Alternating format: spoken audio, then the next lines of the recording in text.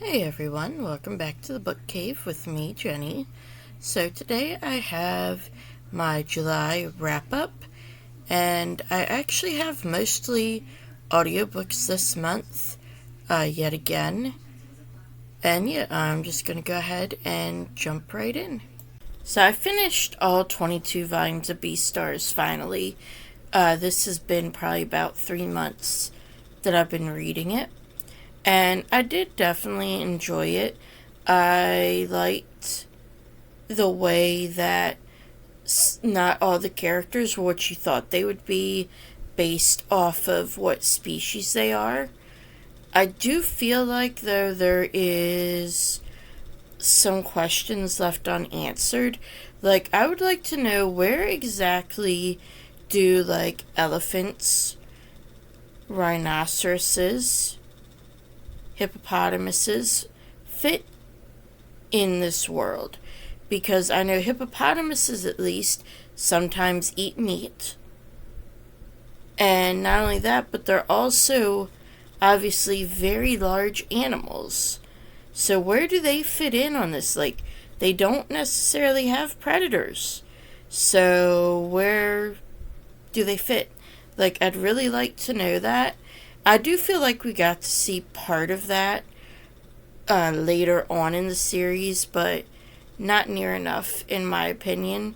And it's definitely something that I could recommend for you to check out if you like the kind of more character driven and like exploration of what the status quo actually is and what it means.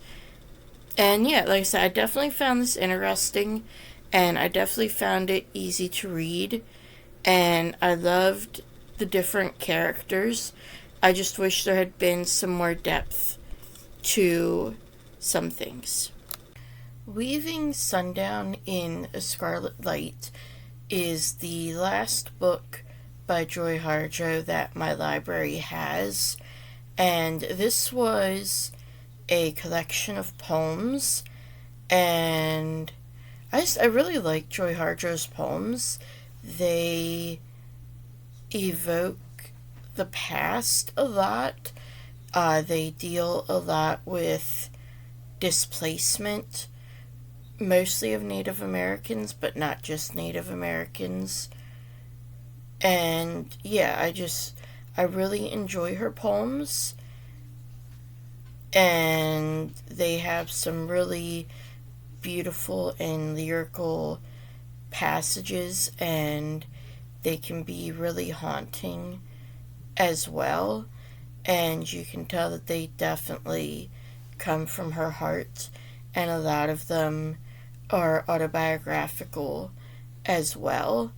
I definitely recommend reading her poetry, and as I've said with her other books, I can definitely see why she was the United States Poet Laureate. Life's Too Short is the third book in Abby Jimenez's The Friend Zone trilogy, and I definitely liked this one, and it is one of my favorites of hers. I gave this a 5-star as well. I just love the way that everything comes together. And, again, there's the whole underlying theme of, helping overcome things, and the fact that there's the family history of ALS and the complicated relationship with her father and her half-siblings. I just feel like this is another really deep book, and I enjoyed seeing the interactions with her and Adrian, and, the baby Grace. That whole thing was just very cute and sweet, and I absolutely loved the way it all came together and just how caring Adrian was. And so, yeah, I definitely recommend Abby Jimenez. I am definitely going to be reading or listening to everything she has, and it might be ones I get the audiobooks from the library and buy the physical books. I already have a couple of her physical books, just because I do like her so much. I've done the same thing with Emily Henry as well. And as I've said with the other books, just all the topics that Abby Jimenez explores. I feel like if you like Abby Jimenez, you'll like Emily Henry. If you like Emily Henry, you'll like Abby Jimenez. So yeah, this is definitely a highly recommended literary fiction romance. And yeah, I hope you pick it up and enjoy it. I finally got to The Friend Zone, and this was actually the last book that I listened to in the Friend Zone series. And I have to say, this was a very deep one, just with everything that Christian goes through, and then everything that Sloane goes through at the end. And I loved seeing Christian and Sloane together. Like, I loved their friendship and the way that they stuck together, and the way that Josh stuck by really both of them. Like, I just love seeing him taking his wife's best friend under his wing and like helping her and protecting her. And I just thought that was really, really sweet. And I will say, this was definitely not for those who do not like any sadness in their romance, because this has like a lot of that. And I will say, honestly, throughout about half the book, I was like yelling at Christian to just tell Josh already, and like just tell him, let him make his decision. And that part kind of annoyed me, that like I wish she would have just told him, because he proved that it was not a big deal to him, even though at first he thought it was. But yeah, so I do definitely recommend this if you like Abby Jimenez, and if you like those kind of deeper, sadder, almost romances. I enjoyed Written in the Stars.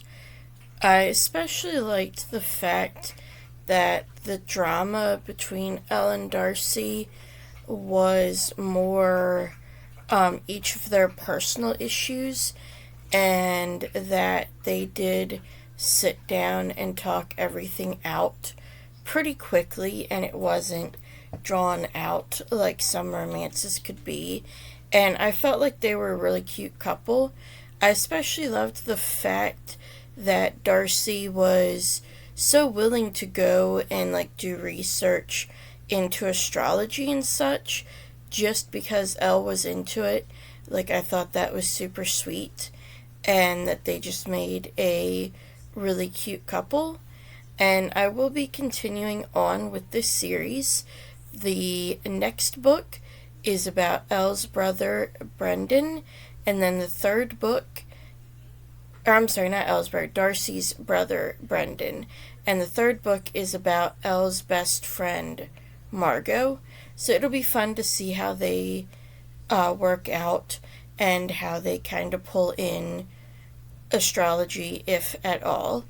And that was another thing I really liked. I loved the fact that Elle got into astrology from the fact that she was into astronomy, and so like she actually knows a lot of like physical, scientific facts about the stars, as well as, you know, all the kind of astrology things about what it means for your personality. And I just thought that was a really fun balance, and I definitely do recommend this book and this author. Hang the Moon is about Brendan and Annie, and they were both introduced in the first book. Annie was more of just mentioned, but Brendan, of course, is Darcy's brother, and Annie is her best friend. And I did like this. I thought it was cute, and it was definitely more rom-com-y than Written in the Stars. But I still liked it. It was kind of cheesy, but it was definitely cheesy in a good way. And some of the lines that Brendan had for Annie just were either really sweet or made me laugh. And this is definitely kind of on the lighter side, but if you want a light, fluffy romance, I can definitely recommend either this or Written in the Stars. And I'm pretty sure Count Your Lucky Stars could also be, a nice kind of light rom-com as well. And I am actually getting ready to start that now, so I will report back when I finish that one. Count Your Lucky Stars is the third and I believe final book in this series, and this follows Margot and her high school best friend, Olivia. And I thought this was another pretty cute story. And again, it did kind of touch on some deeper topics, such as Olivia's worry about her dad and the way that she was still kind of beholden to Brad and just kind of let him in her life.